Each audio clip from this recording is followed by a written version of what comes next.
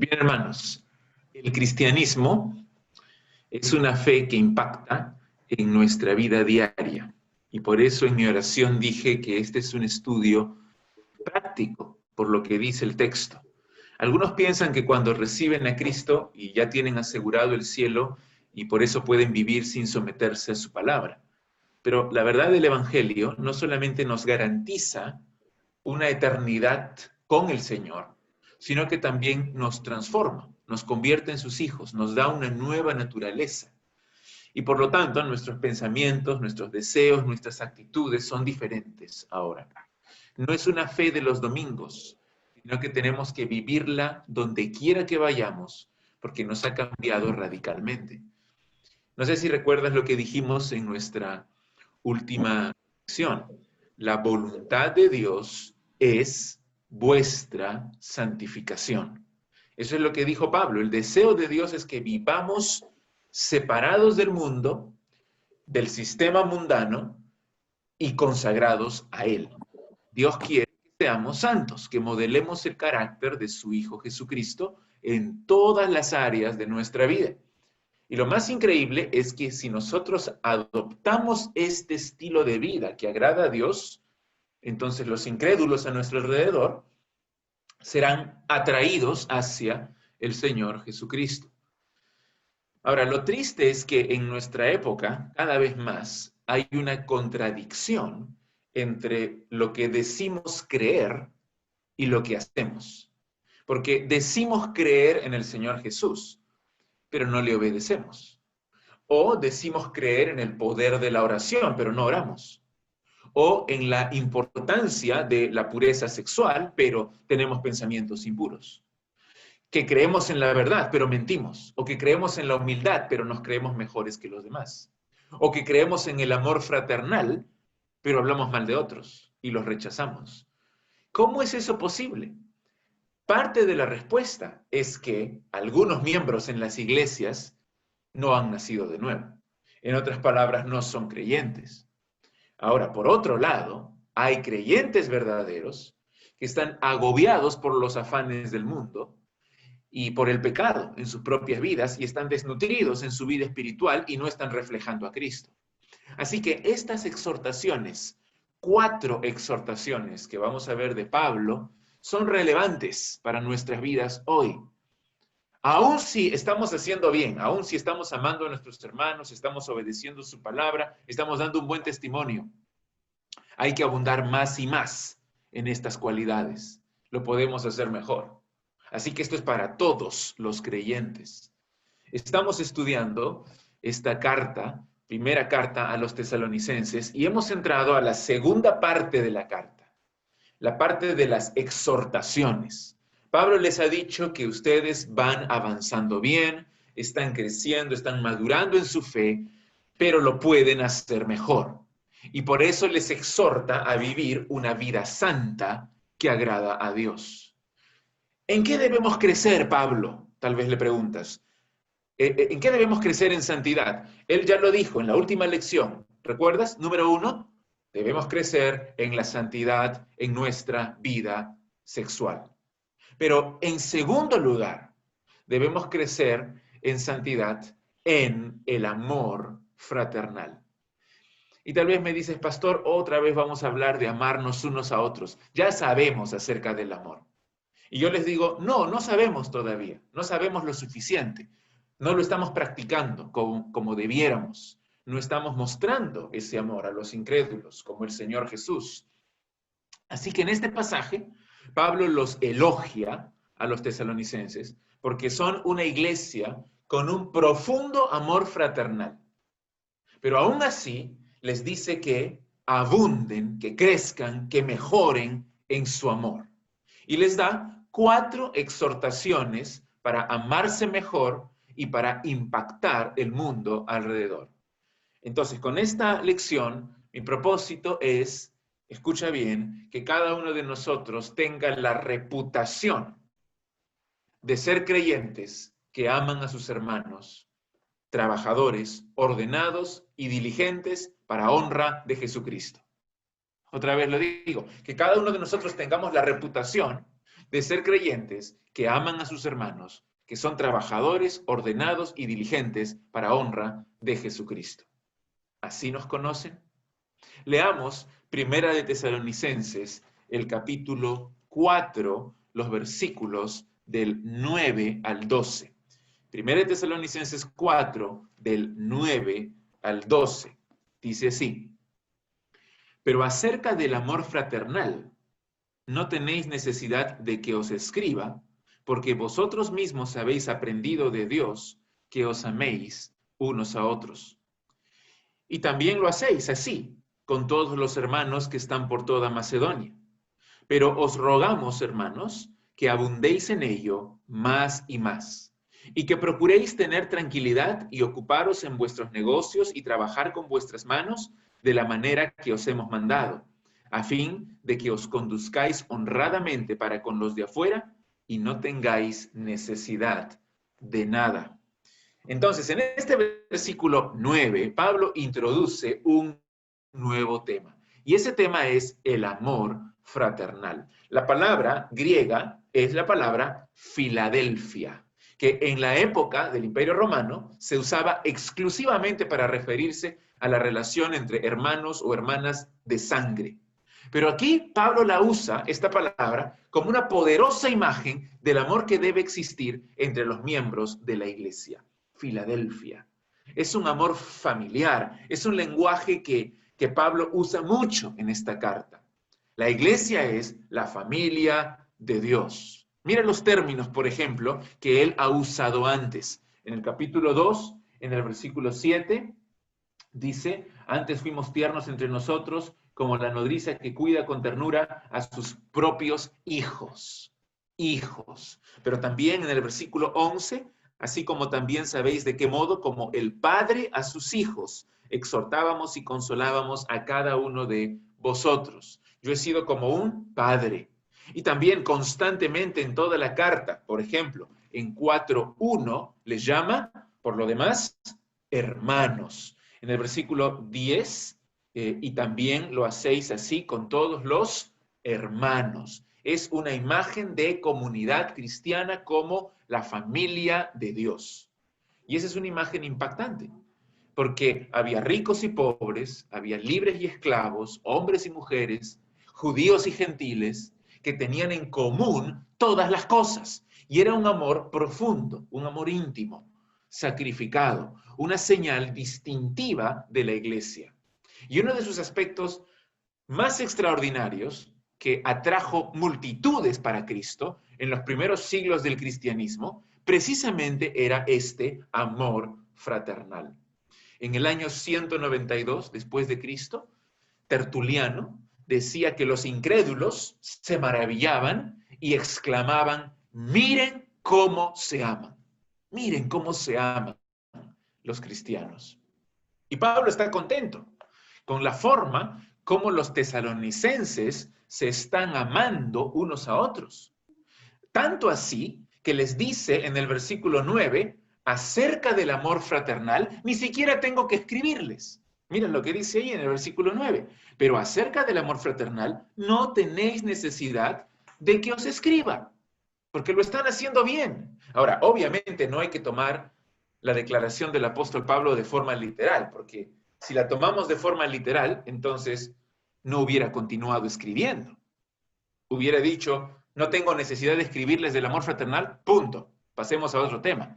Pero lo escribe así, es una figura del lenguaje. Pablo quiere decir que es un área en la cual están obedeciendo a Dios, en la cual están cumpliendo, lo están haciendo bien, pero en la que deben abundar más. Y necesitan algunas recomendaciones para que abunden más en ese amor. Así que Pablo usa esta figura para elogiarlos. No tengo necesidad de escribir porque lo están haciendo. Dice esto para animarlos a seguir adelante en su amor mutuo. Así que cuando ustedes lean este versículo, no tengo necesidad de escribirles, en realidad lo que significa es: sí, están obedeciendo, están agradando a Dios, están cumpliendo con el amor fraternal, y les voy a dar algunas recomendaciones más en cuanto a cómo pueden abundar en este amor. Timoteo me ha contado cómo ustedes se comportan. Veo también que mis oraciones están siendo respondidas. Y mira los elogios que les hace, elogios sinceros en el versículo 9. Dice allí, pero acerca del amor fraternal, ¿no tenéis necesidad de que os escriba? Porque vosotros mismos habéis aprendido de Dios que os améis unos a otros. El primer elogio que les hace es, Dios les ha enseñado que se amen unos a otros. Y aquí Pablo utiliza una palabra que no se encuentra en toda la literatura griega. Además, en todo el Nuevo Testamento, esta es la única vez que se menciona esta palabra. Es la palabra theodidacto. Theodidacto. Theo significa Dios, didacto significa enseñar. Significa que ellos han sido enseñados por Dios. Y seguramente Pablo está haciendo alusión a Isaías 54:13. Isaías 54:13 dice, y todos tus hijos serán enseñados por Jehová. Hablando de cómo será, cuáles serán las bendiciones en el reino mesiánico. Isaías se refiere a que en el reino Dios mismo tendrá una relación tan íntima con sus hijos que les enseñará su voluntad sin intermediarios. Jesucristo cita este mismo pasaje en Juan 6:45, el pasaje de Isaías. Juan 6:45 dice, escrito está en los profetas, es decir, en Isaías, y serán todos enseñados por Dios. Así que todo aquel que oyó al Padre y aprendió de él, viene a mí. Jesús está diciendo que aquellos que Dios enseña, vienen a él. Entonces, Pablo está animado que Dios les está enseñando a amarse, aun cuando él no está presente. Entonces, tal vez tú me preguntas, pastor, usted me está diciendo que si yo soy un verdadero cristiano, ¿Dios me enseña a amar a mis hermanos? Sí, eso es lo que estoy diciendo. ¿Cómo? ¿Cómo nos enseña Dios? Por medio de su Espíritu Santo y por medio de la palabra de Dios. Aquí mismo, mira en el versículo 8, así que el que desecha esto, las instrucciones de Dios para vivir en santidad, no desecha a hombres, sino a Dios que también nos dio su Espíritu Santo. El Espíritu Santo que ha derramado el amor de Dios en nuestros corazones, como dice en Romanos 5:5, Él nos enseña a amar. Pero nos enseña a amar usando la palabra de Dios. El Espíritu mora en nosotros y nos exhorta con la palabra a amarnos. Además nos da el amor, llena nuestros corazones de amor, produciendo en nosotros el querer y el hacer. Entonces Dios les enseñó acerca del amor y cómo amar. Pero el segundo elogio es que ya lo están haciendo. Están amando a los hermanos. Mira el versículo 10. Y también lo hacéis así con todos los hermanos que están por toda Macedonia. Dios les ha enseñado a amar por medio de su obra en sus corazones, del Espíritu Santo y por medio de su palabra, pero no solo eso, sino que efectivamente ellos lo están haciendo. Y además es un amor que abarca no solamente a los hermanos de su iglesia, de su localidad, sino, como dice aquí, a los hermanos de toda la provincia de Macedonia. Es decir, los que estaban en Filipos, en Berea, en Anfípolis, en Apolonia, etc. ¿De qué forma los tesalonicenses amaban a todos ellos? El texto no dice, pero podemos imaginar siendo hospitalarios con los hermanos que llegaban de visita a la ciudad, ayudando económicamente a los hermanos necesitados de otras regiones, animando a las otras iglesias, orando por ellas, etc.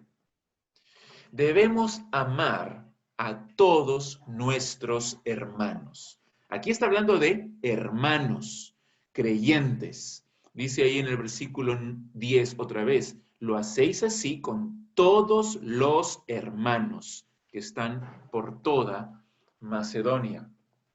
Hay que amarlos. Y sí, son diferentes. Tienen sus peculiaridades. A veces son difíciles, pero amémonos. Mi hermana Diana, algunos conocen a mi hermana, es muy diferente a mí en carácter, en gustos, en opiniones, en actitudes, en pensamientos, pero la amo mucho y ella me ama a mí, es mi familia. Hay un lazo inquebrantable entre nosotros porque tenemos los mismos padres. Los lazos espirituales en la familia de Dios son más poderosos todavía. Así que amémonos. Sí, con nuestras diferencias, con nuestros defectos, con nuestras personalidades, amémonos. Entonces, eso es lo que les elogia. Pero después de elogiarlos, ahora sí les da las 4 exhortaciones, 4 formas en que este amor fraternal debe mostrarse a los hermanos para impactar el mundo. Pero no solo para impactar el mundo, sino para glorificar a Dios también y para edificar a la iglesia. Y las cosas que vamos a leer aquí, estas 4 exhortaciones son muy prácticas para nuestra vida cristiana. Entonces, la pregunta es aquí, ¿cómo amo? ¿Cómo amo en la práctica? Y la primera respuesta podría sonar redundante, pero la primera es amando. ¿Cómo amo? Amando. Amando a nuestros hermanos. Observa cómo dice Pablo allí en el versículo 10. Y también lo hacéis así con todos los hermanos que están por toda Macedonia, pero os rogamos, hermanos, que abundéis en ello más y más. Ustedes lo están haciendo. Son una iglesia modelo, ejemplar, en cuanto al amor. Pero a pesar que ya lo están haciendo, todavía pueden abundar más, que sobreabunde ese amor.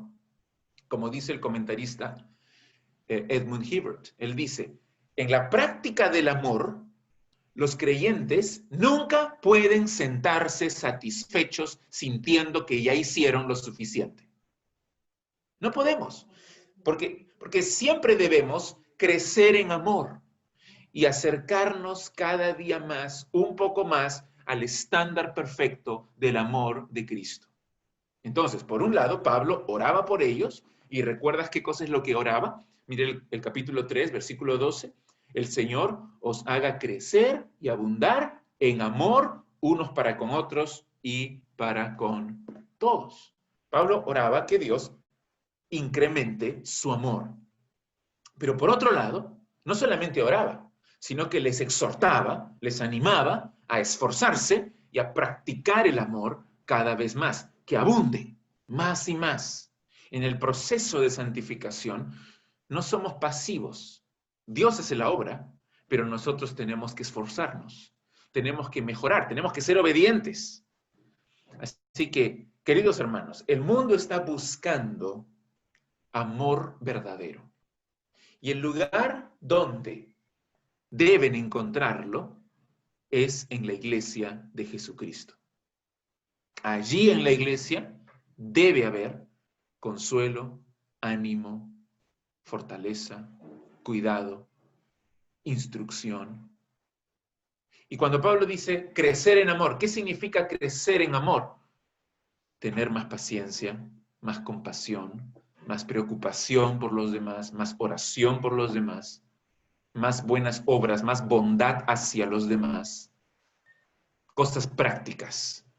¿Cómo amo? La primera exhortación, amando, abundando en palabras, en acciones, en beneficio de mis hermanos, poniéndolos a ellos, considerándolos a ellos como superiores a mí mismo.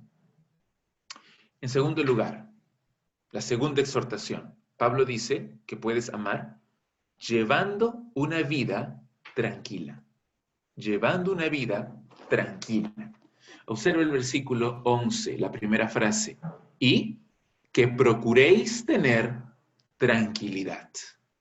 Procura tener tranquilidad. Ahora, aquí dice procura, pero la palabra en el griego se refiere a un deseo intenso. La Biblia de las Américas lo traduce como ambición.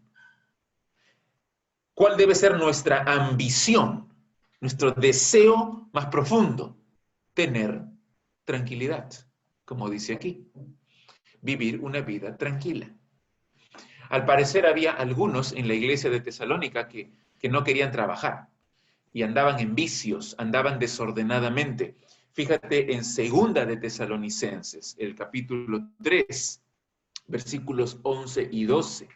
Porque oímos que algunos de entre vosotros andan desordenadamente, no trabajando en nada, sino entremetiéndose en lo ajeno. A los tales mandamos y exhortamos por nuestro Señor Jesucristo que trabajando sosegadamente, y eso significa con tranquilidad, ordenadamente, coman su propio pan.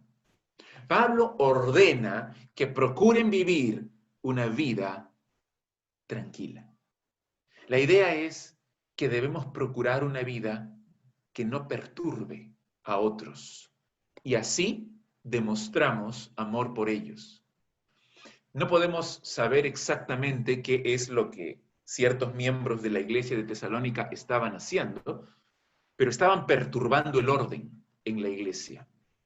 Así que este es un llamado a mantener un perfil bajo, a no causar escándalos, a no hacer drama, a no estar siempre haciendo problema.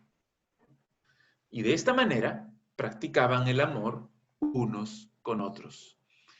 Filón, un filósofo judío del primer siglo, me encantó lo que él escribe, porque aunque él no era cristiano, sin embargo, su exhortación en lo que les voy a leer es muy parecida a la de Pablo. Filón dijo: el hombre inútil pasa sus días metiéndose donde no debe, andando en el ágora, en teatros, en tribunales, en el concilio, en las asambleas y reuniones y consultas de todo tipo. Suelta su lengua sin moderación, sin cesar, sin propósito. Trae caos y confusión a todo. Mezcla lo verdadero con lo falso, lo dicho con lo no dicho, lo público con lo privado, lo profano con lo sagrado, lo serio con lo ridículo, no habiendo aprendido a estar quieto. Está en todas partes.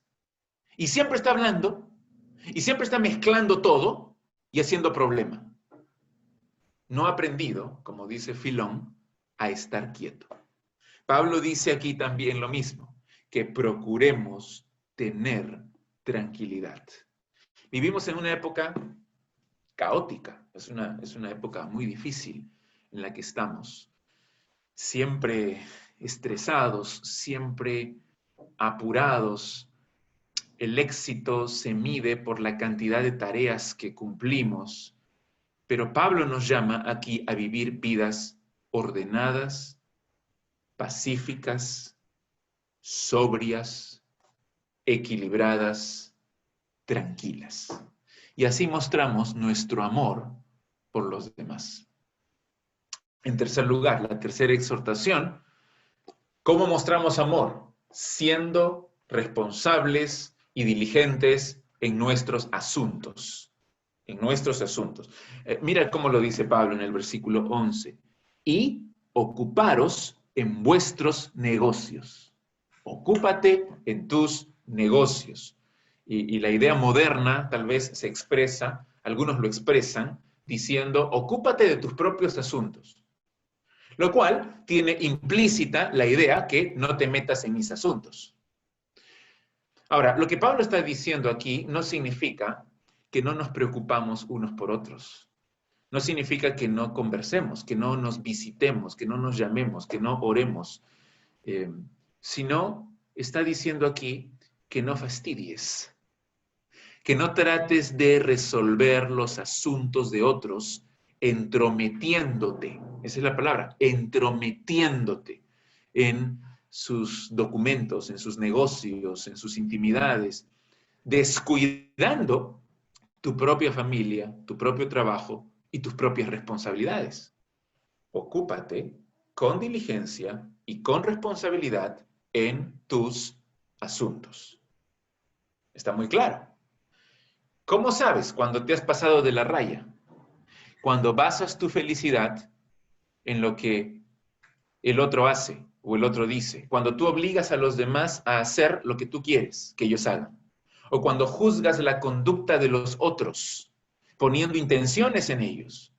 No importa lo que ellos hagan, pero siempre estás con malicia poniendo intenciones. No, ocúpate de tus propios asuntos. Me viene a la memoria esa última escena del Evangelio de Juan, cuando Jesús está con Pedro y Pedro está siguiendo al Señor Jesús en la orilla del lago y de pronto lo ven a Juan. Y Pedro le pregunta, Señor, ¿y qué de este? ¿Y qué de Juan? ¿Qué va a ser de Juan?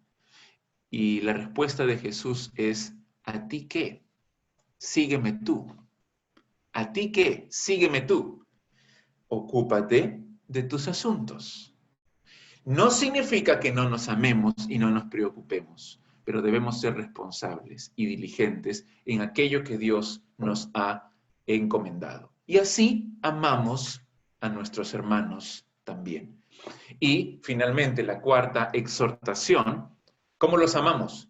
Trabajando honradamente. Trabajando honradamente. Mira ahí la última frase del versículo 11. Y trabajar con vuestras manos de la manera que os hemos mandado, a fin de que os conduzcáis honradamente para con los de afuera y no tengáis necesidad de nada. Que trabajen con sus manos. La mayoría de los miembros de la iglesia de Tesalónica pertenecían a la clase obrera. Pero es obvio aquí que Pablo no está diciendo que todos tienen que dedicarse a una labor manual, siendo obreros o carpinteros o mecánicos, sino simplemente que trabajen de forma diligente. Claro, hay algunos en la iglesia que no pueden trabajar, como los que están postrados por enfermedad, las viudas ancianas. En esos casos, Pablo exhorta a que la iglesia apoye económicamente a esos hermanos y hermanas. Pero aquel que puede trabajar, y Pablo lo va a decir más adelante, que no sea ocioso y que no se aproveche de los demás, que trabaje. Ese era un problema, especialmente en Tesalónica, porque algunos de los hermanos, entusiasmados con la inminente venida de Cristo, dejaron sus trabajos y todas las preocupaciones terrenales, porque era una pérdida de tiempo para ellos, y se concentraban y decían, ya viene Cristo y nos vamos con Él. Bueno, desde el inicio de su conversión de los tesalonicenses, Pablo había tenido que advertirles y exhortarles a que tengan una vida de trabajo productivo en sus vidas. Mira lo que dice, otra vez, en el versículo 11. De la manera que os hemos mandado. Pablo ya se los había dicho antes. Aunque el trabajo manual era despreciado entre los romanos, Pablo aquí está enseñando que es digno. Es digno. Y además, en el caso del creyente, es sagrado. Porque sea lo que sea que nosotros hagamos, lo hacemos para la gloria de Dios. Incluso, de acuerdo a todo el contexto, es una demostración de amor al servir a otros y al proveer a nuestra propia familia. Esa es la vida cristiana. Y uno podría decir, pero parece algo tan cotidiano, tan secular. Eso es porque nuestra cultura ha hecho una división malsana entre lo espiritual y lo secular. Pero nosotros como cristianos, y de acuerdo a la enseñanza de la Biblia, decimos que todo lo que hace el creyente es espiritual. Tanto el ir el domingo a la iglesia como trabajar durante toda la semana en la oficina es espiritual y debe hacerse para la gloria de Dios. ¿Por qué los creyentes deben cumplir con estas exhortaciones? ¿Cuál es el propósito de mostrar amor a otros de esta forma? No entrometiéndonos, viviendo tranquilamente, trabajando para proveer para mi familia. ¿A qué me lleva? Lo dijimos al inicio y esa es la clave. Mira el último versículo. A fin de, haz todo esto y así amas a tus hermanos, a fin de que os conduzcáis honradamente para con los de afuera y no tengáis necesidad de nada. Pablo está preocupado por la imagen que los incrédulos tienen de la iglesia. A Pablo le interesa mucho el testimonio y la reputación de la iglesia entre los paganos. Su deseo es que los creyentes presenten una imagen positiva, una imagen que glorifica a Dios. Somos el pueblo de Dios y debemos mostrar santidad y honra a su nombre. ¿Cómo? Amándonos unos a otros. Pero no solo así, sino que al ver la vida de un creyente, que los incrédulos vean orden, diligencia, honradez, responsabilidad. Y esa es una de las más eficaces y poderosas estrategias de evangelismo.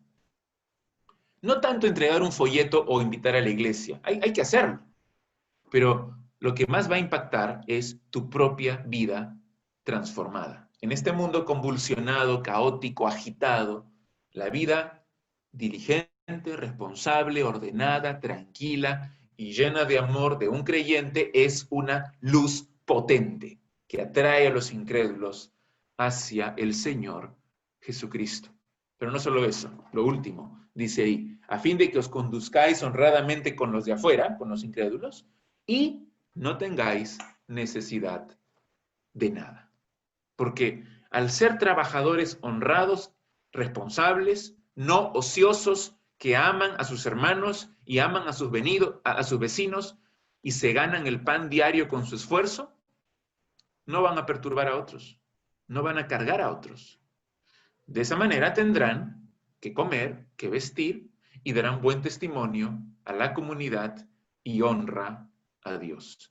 Y eso es lo que el Señor Jesús espera de nosotros. Si queremos causar un impacto en el mundo, aquí es donde tenemos que comenzar. Vamos a orar, hermanos.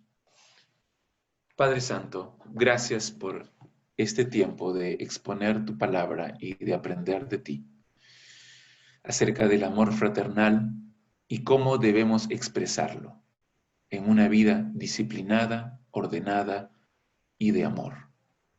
Señor, en estas áreas tan prácticas de nuestra vida, guíanos por medio de tu Espíritu Santo a obedecer y a mostrar realmente que tú eres lo más importante en nuestras vidas y que todo lo que hacemos, aún las cosas más cotidianas, las hacemos para tu gloria. Gracias, Padre, te lo pedimos en el nombre de Jesús. Amén.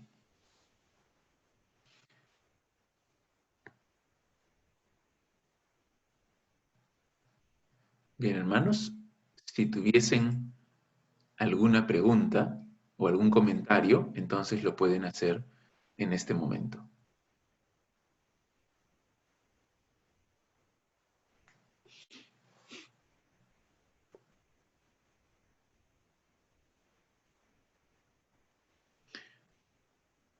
¿Algún comentario? ¿Alguna pregunta?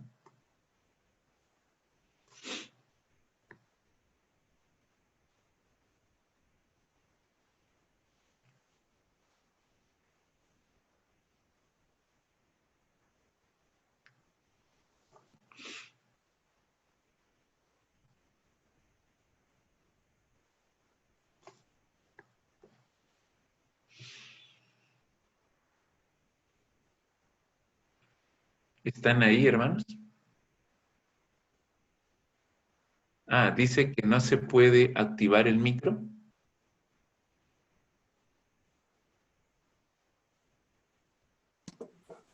Ahí está.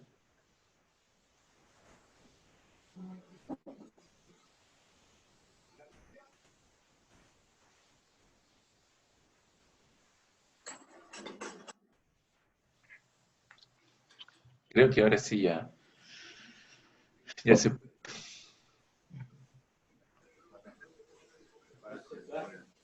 ¿No?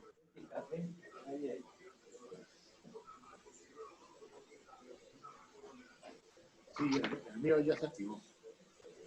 Ah, recién, pastor, no podíamos decir nada. Pensé que me había quedado solo.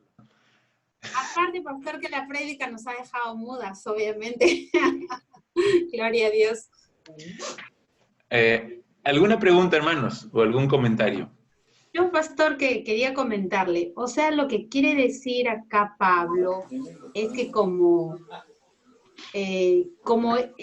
los tesalonicenses prácticamente estaban esperando que Jesús iba a volver, y por eso ellos dijeron ya, tal vez no trabajamos, no hacemos nada, total, ¿para qué vamos a hacer si ya viene Cristo por nosotros? Una cosa así, algo así, por eso no trabajaban, ¿o qué? Al parecer era así, porque como vamos a ver en las siguientes clases, tenían un entendimiento incorrecto en cuanto a la venida del Señor. Y también había algunos hermanos que estaban viviendo de forma ociosa, desordenadamente.